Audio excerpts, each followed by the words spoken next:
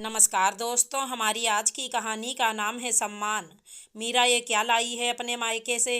तेरी माँ कभी कुछ ढंग का देती ही नहीं है। बक्से में से पुरानी साड़ी निकाल कर दे दी। ऐसी साड़ी तेरी माँ ही पहनती होंगी, मेरे यहाँ तो कोई नहीं पहनेगी। तुझे क्या अपने ससुराल के स्टेटस का जरा भी ख्याल नहीं है? जो तू ये साड़ी बिना सोचे समझे उठाकर ले आई है। गीता जी ने कड़कती आवाज़ में कहा।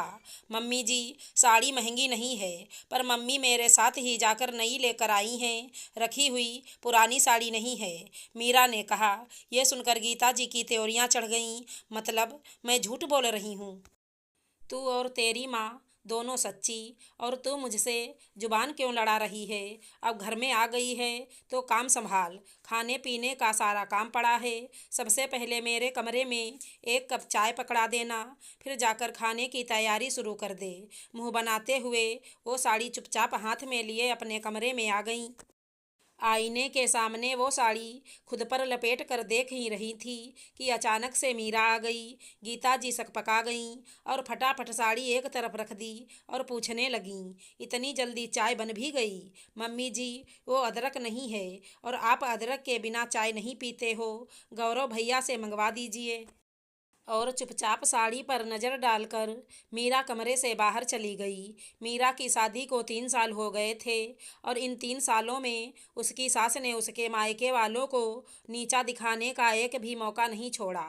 हर बात में उनको दोषी ठहराना उनकी आदत हो गई थी। मीरा भी चुपचाप सुन लेती थी, क्योंकि उसका पति अपने माता पिता की कमाई पर ही निर्भर था। मीरा का पति रितेश अपने पिता की ही दुकान पर बैठता था और काम संभालता था। गीता जी को इसी बात का घमंड था कि उसका बेटा उसकी दुकान से कमाता है। वो हर महीने बेटे को कुछ रुपए सैलरी के रूप में देती थी, और वो रुपए बहुत ज़्यादा नहीं होते थे। काम तो रितेश सुबह से रात तक करता था, पर उसके बदले में पैसे कम ही मिलते थे। रितेश की शादी एक मध्यम वर्गीय परिवार में तय कर दी थी। मीरा 4 बहनों में सबसे बड़ी थी। घर वालों ने जैसे तैसे शादी कर दी। आगे भी 3 बेटियों की शादी करनी थी। शादी के वक्त गीता जी ने कहा था, हमें सिर्फ लड़की चाहिए, पर शादी के बाद 3 सालों में मीरा के मायके वालों से हर त्योहार और शगुन के नाम पर रुपए और कपड़े मंगवाती रहीं। मीरा के पापा एक सामान्य कर्मचारी थे। वो ज़्यादा महंगा तो दे नहीं पाते थे, फिर भी बेटी ससुराल में सुखी रहे, उनकी मांग पूरी करने की कोशिश करते थे। पर मीरा की सास कभी खुश नहीं होती थी। उसके मायके से कपड़े महंगे ना आते, पर पहनने लायक जरूर होते थे, और गीता जी बेवजह सुना देती थी, पर हर साड़ी वो पहनती जरूर थी। अपने घमंड के आगे वो मीरा की भावनाओं को कुचल देती थी। उसे भी इन सब की आदत हो चुकी थी। गीता जी और कमलेश जी की 3 संतानें हैं। बड़ी बेटी नायरा की शादी वो इसी शहर में 5 साल पहले कर चुके हैं। बेटे रितेश की शादी मीरा से कर दी, और अब वो अपने सबसे छोटे बेटे गौरव के लिए लड़की तलाश रहे थे। गौरव की शादी वो ऊंचे और अमीर परिवार में करना चाहते थे, क्योंकि गौरव एक प्राइवेट कंपनी में इंजीनियर था और उसकी बहुत अच्छी सैलरी थी। गीता जी अपने छोटे बेटे को बहुत लाड़ लड़ाती थी, क्योंकि हर महीने वो अपनी कमाई का बहुत बड़ा सा हिस्सा उनको देता था। उन्हें बहुत घमंड था कि वो छोटे बेटे के लिए बहुत अमीर घर से लड़की लाकर दहेज से अपना घर भर लेंगी। अपनी बड़ी बहू पर दिन रात ताने बरसाने वाली गीता जी उसे कभी सुकून से बैठने नहीं देती थी, और घर का सारा काम उसी से करवाती थी। मीरा की स्थिति देखकर उसका देवर अपनी माँ को समझाता था कि भाभी भी इसी घर की हैं, उनके साथ ऐसा दुर्व्यवहार मत किया करो। पर वो समझती नहीं थी और कहती थी कि बहुओं को तो पैर की जूती के नीचे दबाकर रखा जाता है, वरना वो सिर पर बैठने लगेंगी। एक दिन मीरा के पापा किसी रिश्तेदार की शादी में उसी शहर में आए थे, तो वो मीरा से मिलने के लिए चले गए। जाते वक्त वो फल की टोकरी ले गए। गीता जी ने फिर सुना दिया। समधी जी बेटी के घर मिठाई का डिब्बा लेकर जाते हैं, ना कि सस्ते भाव में मिल रही फलों की टोकरी। अब भला फलों से कैसे मुंह मीठा किया जाता है। अब देखो ना, हमने आपके स्वागत में 2 तरह की मिठाई रखी है। चाहते तो हम भी फल रखकर काम निपटा देते। ये सुनकर मीरा के पापा सन्न रह गए। वो बिना कुछ खाए पिए बेटी को आशीर्वाद देकर ही आ गए।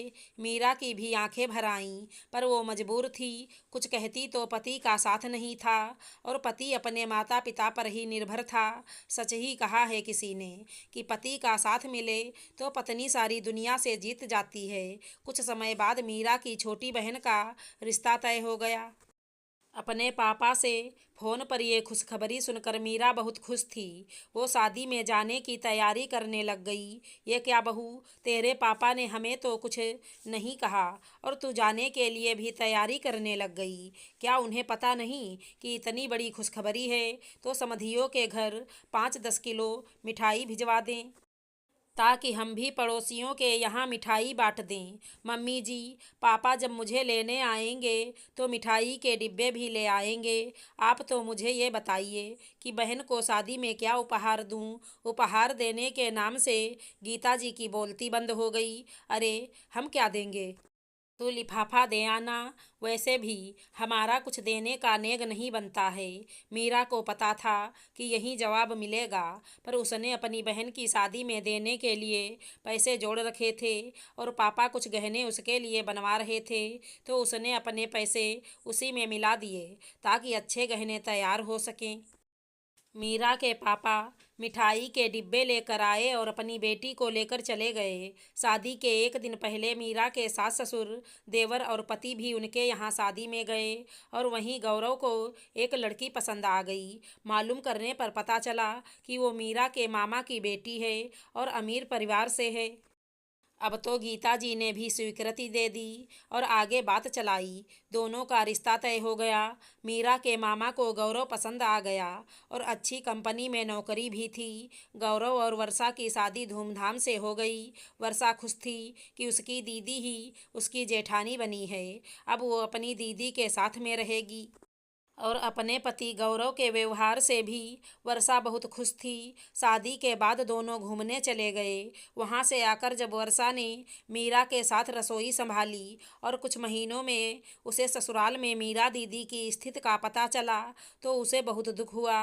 गीता जी अब वर्षा पर भी रौब झाड़ने लगी थी, पर वर्षा सुनने वालों में से नहीं थी। गौरव ने भी उसे अपनी माँ के व्यवहार के बारे में बताया था, जिसे सुनकर वो भी दंग रह गई थी। मीरा के दूर के रिश्तेदार की मृत्यु हो गई थी, तो वो रितेश के साथ अपने मायके गई थी। उसके जाने के 2 दिन बाद वर्षा का छोटा भाई उसी शहर में इंटरव्यू देने आया था, तो उसने काफ़ी पकवान बनाए, तो गीता जी ने टोक दिया, वर्षा तेरा भाई ही तो आ रहा है, उसके लिए इतने पकवान बनाने की क्या ज़रूरत थी। रोटी सब्जी ही खिला देती। मम्मी जी, मैं हर किसी का सम्मान करती हूँ, वो चाहे मेरे मायके से आए या आपके मायके से आए।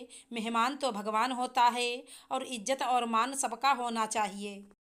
और फिर मैं पकवान गौरव की कमाई में से बना रही हूँ, आपको क्यों आपत्ति हो रही है? जब कमाने वाला कुछ नहीं बोल रहा है तो आप भी मत बोलिए।